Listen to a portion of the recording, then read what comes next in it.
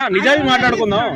ఇప్పుడు వ్యవసాయం చేద్దామని పోతే ఇంటికాడ అది లేదు ఇది లేదు అది వీకుడు ఇది వీకుడు అని మాట్లాడతారు, కానీ కరెక్ట్ వ్యవసాయం అనేది ఎవడు చేస్తలేడు.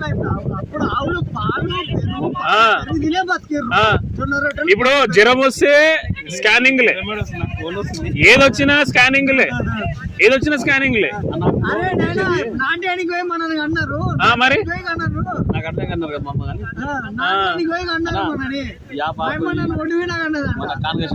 అవును, తలుతుండే పెండ ఎర్రు కాన్గాకు దొక్కిచ్చి వరి నాడితే ఎట్లొచ్చేది వరి? చిట్టిముత్యాల వరి ఉందా ఇప్పుడు? చిట్టిముత్యాలు ఎన్నో ఒక దాని రేరుగా తమిళనాడు సైడే ఇప్పుడు ఎక్కువ. అక్కడ తమిళనాడు సైడ్, మన సైడ్ లేదు. చిట్టిముత్యాలు బియ్యం అన్నం వండుకొని తింటే దాని వాసన ఎట్లా వస్తుంది? చిట్టిముత్యాలు బియ్యం గింజ వాసన పరిమళి. మన ఇదేది బాస్మతి అంటారు, బాస్మతి దేని కింద దాని కింద వనికే రాదు అది.